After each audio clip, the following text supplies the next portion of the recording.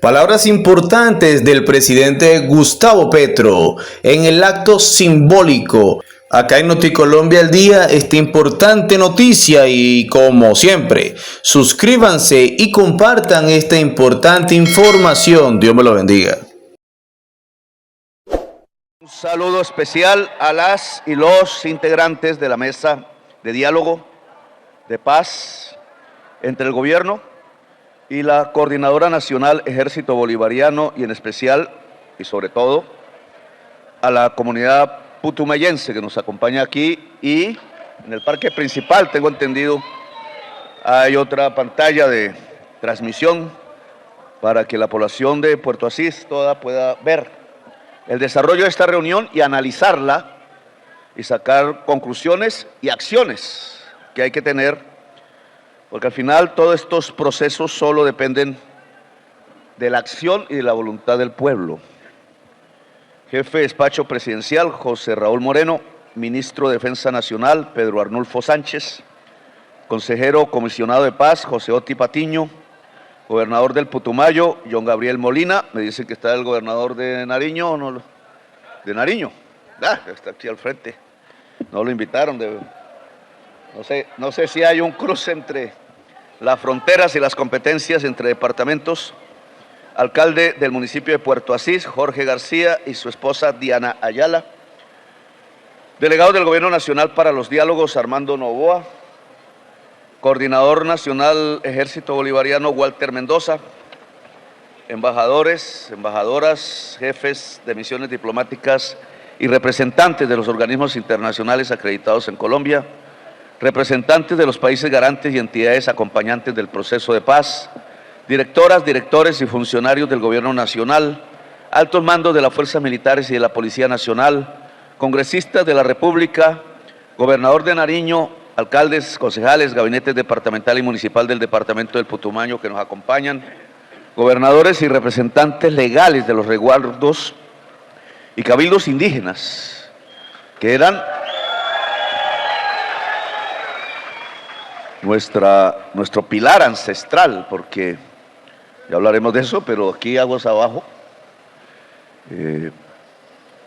anduvo una civilización, quizás no entre la selva, no existía, eran más bien llanuras, de hace 30.000 años, según descubrimientos en Brasil, de hace 22.000 años, según los murales artísticos que encontramos en Chiribique, en el Guaviare, y pues es nuestra raíz latinoamericana, porque nosotros descendemos también de allí.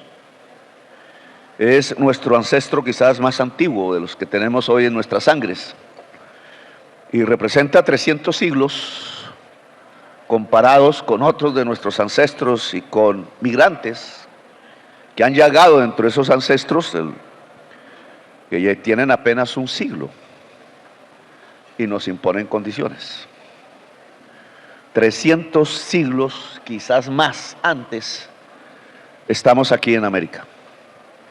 Y de los lugares donde el arte floreció hace 300 siglos, que nosotros en lo que yo llamo la Campilla Sistina de la prehistoria, Chiribiquete, es la demostración por kilómetros de gente que era sensible al arte, humanos y humanas, hace 30.000 años en los ancestros del pueblo colombiano y del pueblo latinoamericano. Por eso, tener aquí la presencia de sus descendientes más directos, las comunidades indígenas del Amazonas, toda, de la Amazonía, es un motivo de orgullo, es un motivo de honor, porque es como mirar en sus rostros a quienes tanta sabiduría en 300 siglos tienen que haber acumulado. Gobernadores, juntas de acción comunal, líderes territoriales del departamento del Putumayo, iglesias diversas, unidades móviles de salud, personas con diversidad funcional en situación de discapacidad y comunidades LGBTIQ+. Al grupo artístico Corporación Artística Aicha y sus directores Wilma Erazo y Fabio Herrera. medios de comunicación presentes, muchos, la mayoría creo que internacionales, y en general a todas y todos quienes nos acompañan en el día de hoy. Este acto, en primer lugar, se circunscribe en un momento de la historia del mundo. No está aislado, me dicen, ¿usted por qué se va a hablar de todos esos parajes lejanos de Colombia? Y no se dan cuenta que todo está entrelazado. Aquí nomás, al mismo tiempo que la humanidad ve como en otros lugares lo que se desata son las bombas. Lo que se intenta amarrar es que las bombas no estallen. Aquí hacemos estallarlas, pero para que haya paz, sin matar a nadie. Le llamo a ese concepto, se creó en Naciones Unidas el concepto de la seguridad humana. Lo que estamos construyendo es seguridad humana. La seguridad humana no se mide en muertos, se mide en vidas. Entre menos muertos, mejor. Ayer, creo, antes de ayer, el general ministro, conmemorábamos un tiempo del plateado. Fueron 2 años ya, ¿cuánto llevamos? 1 año. La operación del plateado, que yo insistí, se preparó por el Ejército Nacional en un sitio en el Cañón del Micay, en las alturas de la cordillera occidental del Cauca, departamento del Cauca, era lo que consideramos el Wall Street de la cocaína en Colombia. Wall Street, la bolsa a donde llegaban gentes. He aprendido los cambios que este negocio ha tenido, porque llegaban gentes a ese lugar de Albania, de Serbia, de Italia, de Francia, que nunca antes habían tenido algún tipo de presencia que no sea la de la colonización hace 5 siglos. ¿Y por qué? Y era porque ahí se había situado el sitio donde la hoja de coca tiene mayor productividad en términos de hoja de coca por hectárea, pero también donde la tecnología del capital, que no fue la indígena, ojo, porque la mata de la hoja de coca es una mata amazónica, produce también entonces la más alta productividad de cocaína de Colombia. Colombia no tiene en esas zonas la más alta productividad de cocaína del mundo, no, está en Perú. No con esto quiero sino iniciar un debate que ya existe en la sociedad colombiana y también en el mundo. En el plateado, allí estaba entonces una especie de capital de los negocios sobre la cocaína ilícita, porque la han declarado así en el mundo. A veces pienso, y estos son motivos de risas de la prensa, que si hubiera sido al revés, que si el poder mundial estuviera en el sur, no en el norte, pues hubieran declarado ilícito y como capital de lo ilícito a Roma, porque hacía vino, y el vino es también una droga, solo que unas se legalizan y otras no. Y esa diferenciación de qué se vuelve legal, qué se vuelve ilegal en el mundo, no tiene que ver con su grado de toxicidad, que es lo que yo creo debería ser según la ciencia. ¿Qué cosa mata? ¿Qué cosa casi mata? ¿Qué cosa medio mata? ¿Qué cosa el vino también puede matar? ¿Qué cosa menos mata? ¿Qué cosa resiste el ser humano cotidianamente? ¿Qué cosa no? Etcétera. Y resulta que no es así. Resulta que la marihuana no mató nunca a nadie. Mató el cigarrillo, mató la gasolina y no mató lo que llaman biológicamente cannabis. Y yo me la encuentro en tiendas cada vez que camina por el verdadero Wall Street.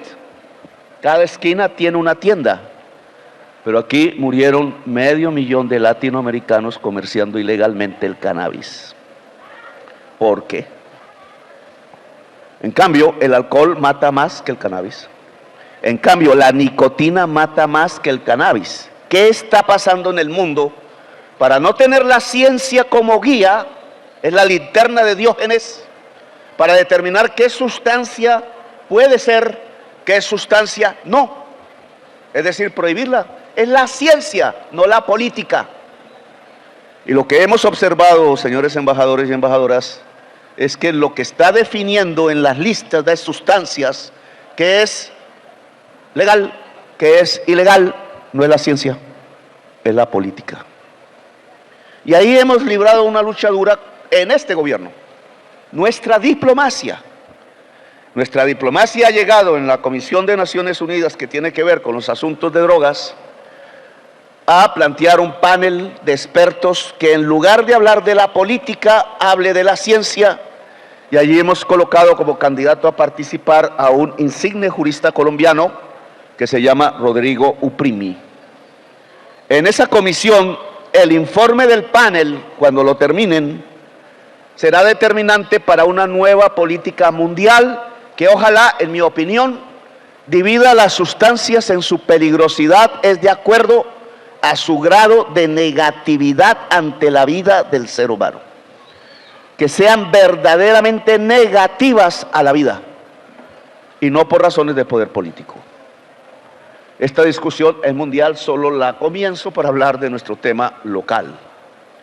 Porque paralelamente, en la Comisión de Derechos Humanos de Naciones Unidas, Colombia, por iniciativa colombiana, entiendo por qué ahora me detestan en ciertos medios del mundo, decidió, propuso y fue aprobada por unanimidad una resolución que dice: toda política que tenga que ver sobre drogas se subordina a los derechos humanos, punto.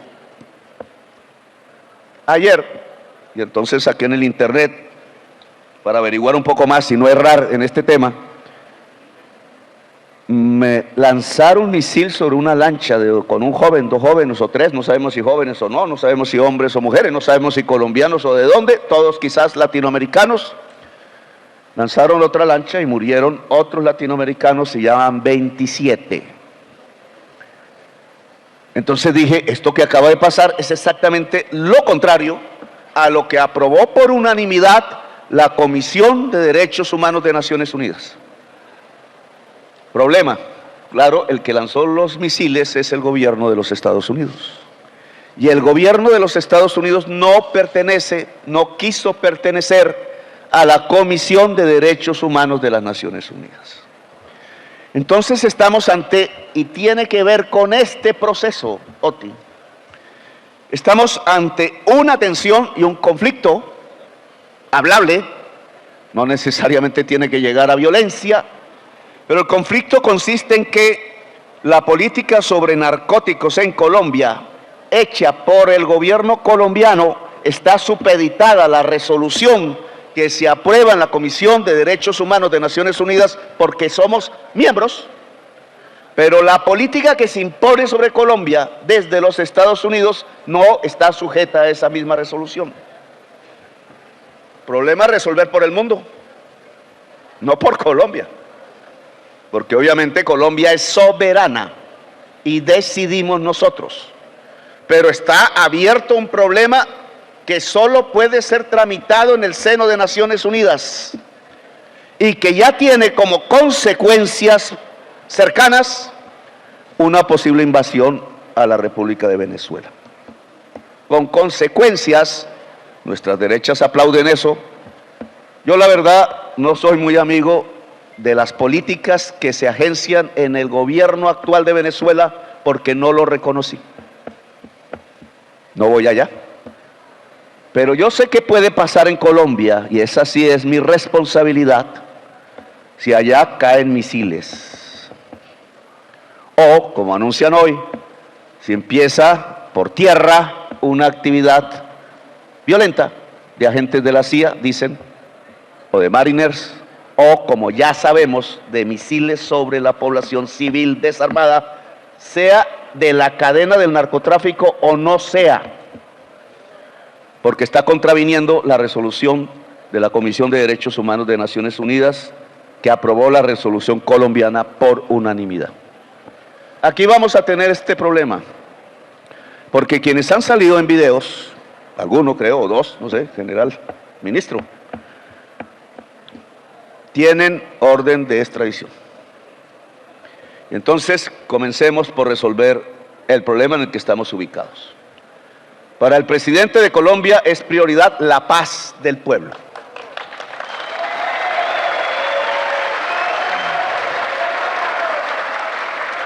Lo es sé, porque estamos interconectados como humanidad, que si el mundo entra en la barbarie, muy difícilmente en Colombia podamos hacer paz. Pero sé, porque conozco al pueblo colombiano, que aún si se despedazan en otros lugares del planeta, somos capaces aquí, a pesar de todo, de abrazarnos. Y entonces este es un mensaje para el mundo. Allá se tiran bombas y se están matando.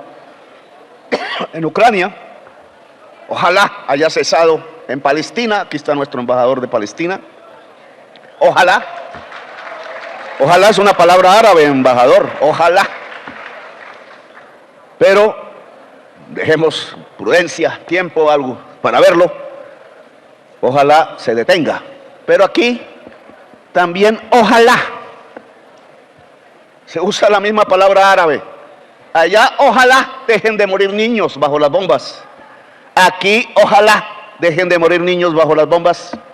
Ya lo logramos en este gobierno, relativamente. Y queremos que eso sea definitivo.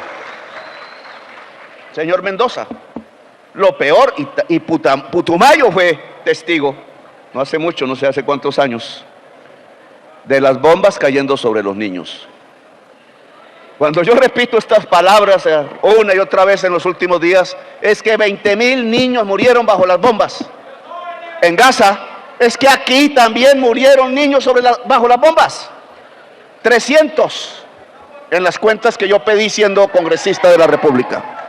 300. Y entonces, claro, puedo entender, señores y señoras de la prensa y de la política, acostumbrados a que es normal que las bombas maten niños. Pues no es normal. Una humanidad que vea morir sus niños bajo las bombas se vuelve inhumana y deja de ser humanidad y puede estar a punto de perecer como civilización humana. Por eso igual hay que decir no a las bombas sobre los niños allá y aquí. Y la mejor manera es que no haya que disparar las bombas porque hay paz. Y esa es una responsabilidad aquí en Colombia, obviamente del Estado, obviamente, también de usted, señor Mendoza, y de las personas que aparecieron en los videos, que ellos tienen orden de captura por extradición. Estamos situados en la selva amazónica. Esta selva amazónica que se extiende hasta el océano Atlántico, allá en la desembocadura del río Amazonas, es el tercer pilar climático del mundo. Las sociedades de los embajadores y embajadoras aquí presentes no van a sobrevivir si esta selva se quema. Ni las de allá, ni las de acá. Porque sin la selva, el efecto de tanto carbón y petróleo quemado en la industria del capitalismo en la atmósfera nos va a achicharrar, nos va a deshidratar, nos va a llenar de virus, va a extinguir la vida en el planeta Tierra, según la ciencia, según la linterna de Diógenes. Entonces, un problema mundial, hablaba de Gaza. Otro problema mundial está aquí en Puerto Asís, solo que no tiene la misma visibilidad mediática. Si esta selva que nos rodea, de aquí hasta Belén de Pará, allá en la desembocadura del río Amazonas, pasando y allá está cerca, se descubrieron los primeros indicios de una civilización hace 30,000 años.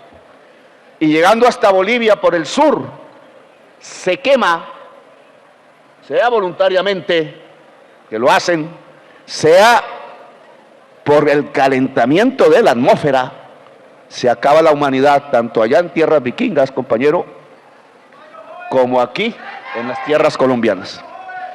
Entonces aquí estamos solucionando dos problemas fundamentales, o tratando de solucionarlo: el problema de nuestra violencia y el problema de la vida de la humanidad. Una pregunta que yo diría ahí es: ¿por qué la humanidad no nos acompaña entonces? Porque la paz aquí consiste, señor Mendoza, en que el proceso de paz cambie la economía de la región. Usted tiene toda la razón.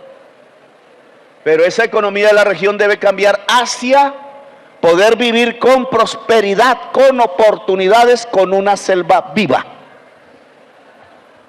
No en medio de un mar de hoja de coca, o en medio de un potrero con unas vacas por ahí, medio flacas, porque estas regiones, sin la selva, pierden su fertilidad.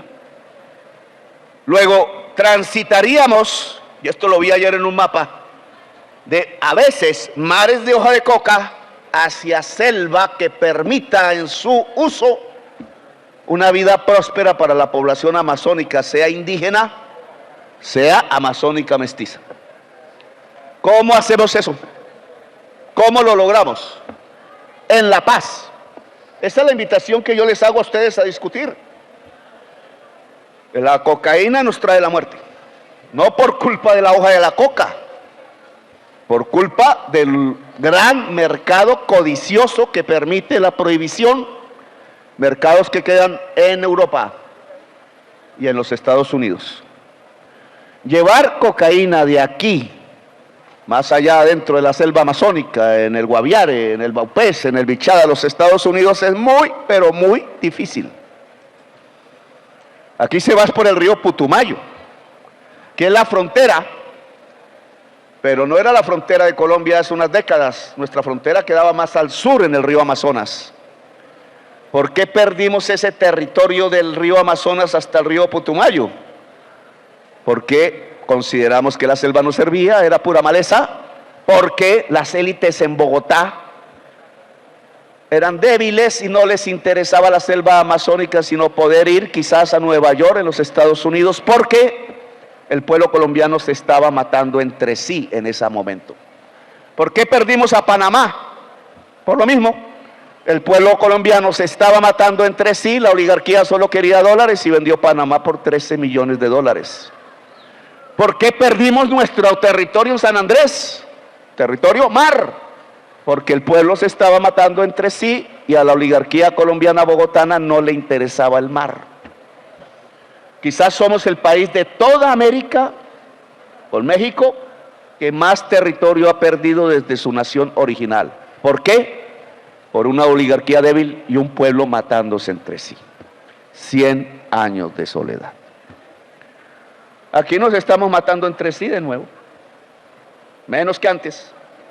A pesar de la prensa, menos que antes, pero es que el pueblo colombiano no tiene que matarse entre sí, así de simple.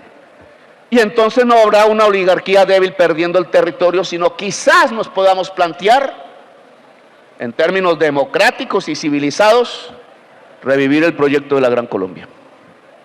Es decir, volver a la idea original nacional que nos hubiera podido hacer uno de los países más poderosos de la tierra. ¿Qué hacemos, señor Mendoza, para ubicar ese proyecto? En parte está en manos de usted y sus amigos y amigas. Está en parte en manos nuestras, indudablemente, Oti. Está en manos del pueblo. ¿Qué decidimos? Seguir esta patria boba en donde nos hemos matado en una cantidad de personas que son 700,000, es decir, 10 Gazas. Seguir en esta patria boba donde somos cada vez más pequeños como país. Seguir en esta patria boba donde nuestra juventud cada vez más desesperada o desesperanzada lo que quiere es irse de Colombia. ¿O hacemos de esto la potencia mundial de la vida? Si hacemos de esto el corazón del mundo, que lo somos, solo hay que mirar el mapa.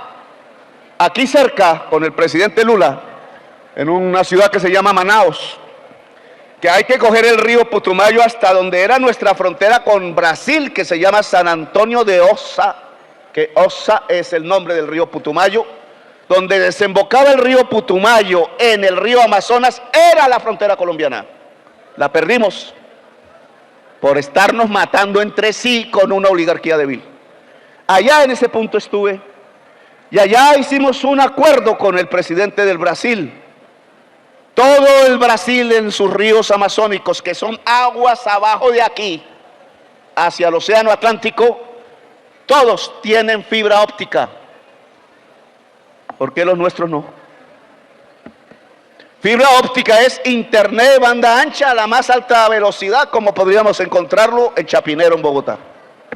Pero en la selva amazónica, en cualquier aldea, en cualquier caserío junto al río donde 3 canoas llegan y hay 3 ranchos, perfectamente se ligarían de la fibra óptica a virar no solamente el mundo, sino a entenderlo, a analizarlo, a trabajar, a construir una nueva economía a partir de lo que el siglo XXI empieza a darnos. Si juntamos la selva con el conocimiento y la fibra óptica, ¿qué cocaína ni 8 cuartos? Todas las posibilidades que tendría. ¿Qué joven se iría a Nueva York si podría verla por el mismo, casi que en tercera dimensión? Pero sobre todo porque podría estar en cualquier lugar de la selva junto a un río con fibra óptica, con la capacidad de prosperar y tener todas las oportunidades sin abandonar su lugar, sin irnos. Esa es la perspectiva que yo creo que aquí podríamos empezar a construir. El río Putumayo nos lleva al mar. Eso significa que cualquier producto, la panela, ¿dónde es que está la que me regalaron? La panela de La Paz. Aquí sería el chocolate, el cacao, las frutas amazónicas, el anaís, etcétera. No me voy a poner a... Podría llegar a Europa sin subir una sola montaña, sin tomar una sola carretera por los medios más baratos del transporte del mundo, que es el agua. Y entonces, señores europeos, ¿saben por qué aquí hay un mar de cocaína, el segundo en el país, mar de hoja de coca, segundo enclave de Colombia después del Pacífico? No es para llegar a Estados Unidos, hermanos, porque para llegar a Estados Unidos nos toca subir toda la cordillera de los Andes y bajarla por el otro lado para llegar al litoral pacífico y coger el océano Pacífico. No es para llegar a Estados Unidos. ¿Saben por qué está la hoja de coca aquí? Señores europeos, para llegar a Europa. Este punto aquí no tiene como referente Estados Unidos, tiene como referente Europa y el cono sur. Y entonces yo le preguntaría a ustedes, ¿por qué no nos ayudan a transformar esta región en lugar de un área de mar de hoja de coca en una revitalización de la selva amazónica y sus frutos, y nos ayuda a tender la fibra óptica? En la reunión CELAC, Unión Europea en Santa Marta, les voy a proponer que junten a Europa por fibra óptica en el océano Atlántico, llegando al Caribe, y por Belén de Pará con América del Sur. Es decir, que junten a Europa con este río, porque si llega a Belén de Pará, va por el Amazonas, sube por el Putumayo, llega hasta la desembocadura del Putumayo y estamos a 200 kilómetros del océano Pacífico. Es decir, que la selva amazónica puede ser el corazón no solamente de la vitalidad del mundo, sino el centro de las telecomunicaciones de la más alta tecnología a través de la fibra óptica del planeta, porque del Pacífico podemos llegar a la China, al Japón, a la India, al Asia. No somos un lugar atrasado, marginal, vuelto nada, que nadie conoce. Somos el corazón del mundo, señor Mendoza. Y el corazón del mundo puede ser real si ustedes dan el paso. Es un paso audaz. Yo lo di hace, siendo muy joven. No había hoja de coca, no teníamos ni idea de eso, no. Pero usted puede dar un paso atrás un poco con más años que yo cuando lo di. El abandono completo de este tipo de actividades. Pensar que la revolución, usted mencionó la palabra, Nikolai Trotsky no es León Trotsky, pero usted mencionó la palabra. La revolución es la paz, si pensamos en revolución. Y si la revolución es la paz, esa revolución se vuelve concreta transformando el territorio. Hoy es así. Hoy no son organizaciones pensando en una plataforma nacional para reemplazar un gobierno y un Estado oligárquico. El presidente de Colombia se llama Petro y no es de la oligarquía. Por eso no me quieren.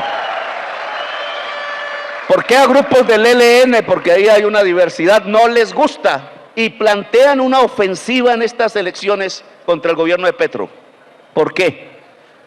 Porque no quieren que exista en la historia una demostración en donde, sin disparar, por otra vía, transformamos a Colombia. Y ellos quieren insistir en el pasado. Entonces dicen, hundamos en la violencia al gobierno de Petro para que no siga otro gobierno como Petro. Claro, para reproducir como vivíamos hace 20 años, 30 años, matándonos entre nosotros. Y si nos seguimos matando entre nosotros, pues vamos a tener territorio, vamos a tener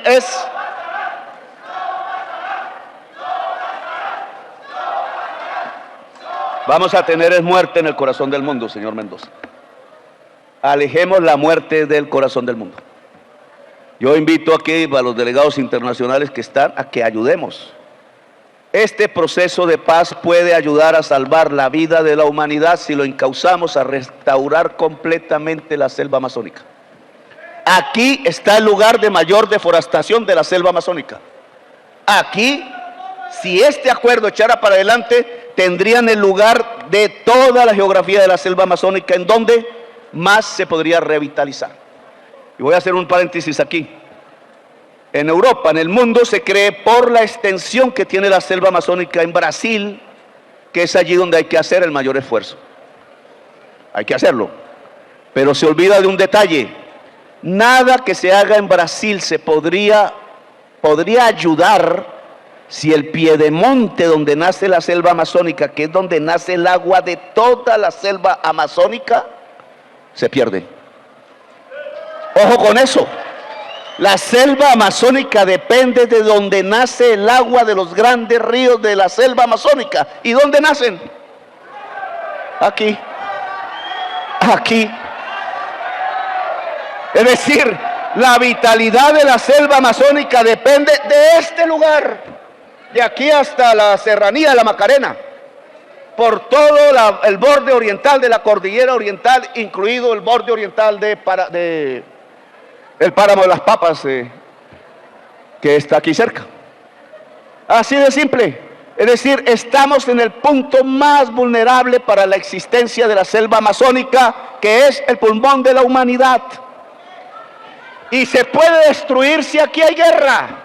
Se puede destruir si aquí no somos capaces de construir una economía en la selva, en el agua, con la fibra óptica, con la universidad, con prosperidad, con mercado de productos como ese que está aquí, que se llama cacao.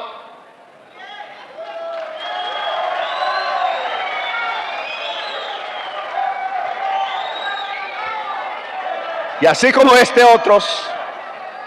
Si esto no reemplaza los laboratorios de cocaína y ustedes simplemente comprándonos a 10 años, a 15 años, el producto industrial de esta fruta, que es de las mejores del mundo, entre otras, chocolate. Si ustedes lo hacen, amigos y amigas, la cocaína sirve para 3 calaos. Así que ustedes tienen en sus manos la decisión. Porque yo puedo llegar donde el señor Mendoza y decirle a sus campesinos, sus amigos, sus amigas, vengan a trabajar en cooperativas en esto. No solo en esto, en café, en la panela, en otras cosas. Vamos a poner las universidades, vamos a poner la fibra óptica. Es facilísimo y ya aprobamos los dineros. Aquí no estoy hablando de una idea. Ya está aprobado los dineros para que la fibra óptica llegue por todo el río Putumayo, pase por aquí y siga hasta donde nace el río Putumayo en la cordillera. Y el río Putumayo en San Antonio de Osa ya se juntaría con la fibra óptica que viene por el río Amazonas brasileño y llega hasta Belén de Pará, donde vamos a hacer la COP30. Invito a que con la seguridad que toca podamos organizar con los jóvenes, con la seguridad que toca, una llegada por el río masiva de comunidades de la Amazonía colombiana y ojalá de Colombia hasta Belén de Pará, para estar allí en la COP30 y mirar la última oportunidad que tiene el mundo para lograr detener el calentamiento global y salvar la vida de todos los bebés de la Tierra. Ya no son solo los 20.000 bebés de Gaza que no pudimos salvar. Trump decía, no sé si entraré a las puertas del cielo o no. Dijo ahí en una de las cosas que escuché. Y él duda, tiene razón de dudar. Porque él dice, a partir de lo que hice ya no caen bombas, luego salvé unas vidas. Es cierto. Solo que él cree que es gracias a él solamente. Pero ¿qué hizo de ahí para atrás? Cada día en que cayeron las bombas, él al entregar las armas se convirtió en cómplice. ¿Entrará al cielo o no? No quiero estar en la cabeza de San Pedro en ese momento.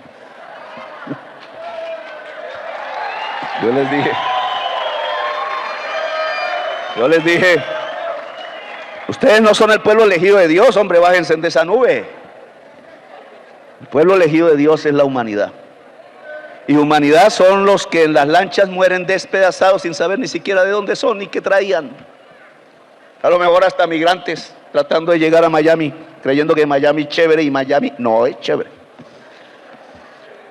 Y ahora aquí. Entonces, bebés de todo el mundo, no son ya 20,000, no son las bombas, es la gran bomba climática, amigos y amigas. No es una bomba de carbón ni de no sé qué vainas.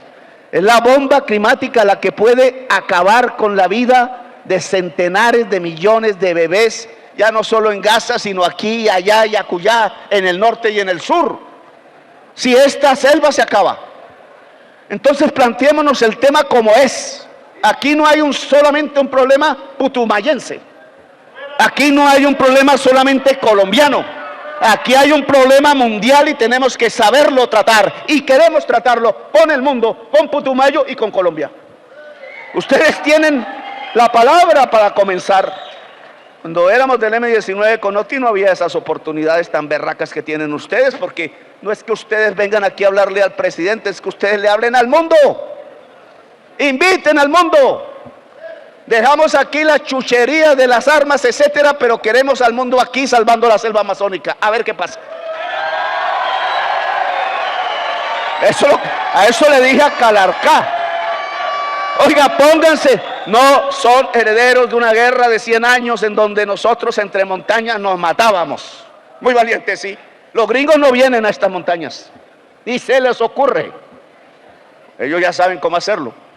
No, nosotros no tenemos que seguirnos matando entre las montañas, entre las trochas. Invitemos al mundo que venga aquí a ayudarnos a construir la vida del planeta, amigo. Usted tiene esa oportunidad, pues lo veo leer. Solo que Nicolai era Lenin y León era Trotsky. Pero eso lo veo leer. Usted tiene esa oportunidad, amigo. Enséñale a los demás, aprendamos, porque todo esto hay que aprenderlo. Yo no sabía esto hace 30 años, es leyendo. Pero aprendamos que usted está en el corazón del mundo y esa es la oportunidad para hablarle al mundo de la vida, al mundo. No importa que los señores de Bogotá no lo quieran. Si usted es capaz de plantearle una salida para que la selva amazónica empiece a revitalizarse y comienza aquí donde toca, usted será un héroe en el mundo. Así que aboque la posibilidad. Esta es la paz que le propongo. Bueno, gracias, muy amables por haberme escuchado. Hemos destruido armas. Entre más armas destruyamos, mejor. Hemos abierto un camino. Si el proceso es avanzado, dice la ley, no la hice yo, es de antes. Si el proceso es avanzado, no hay extradición. Y avanzado significa seres humanos en sitios donde ya decidan dejar la violencia y las armas, que las armas no son entregarlas, son destruirlas. Más simple. Así que esa es la invitación que yo les hago a quienes estaban en los videos mirándonos y a usted que viene en la delegación de su grupo, al que quiero haga la paz por Colombia, por la humanidad, por el mundo, por la vida. Gracias, muy amables.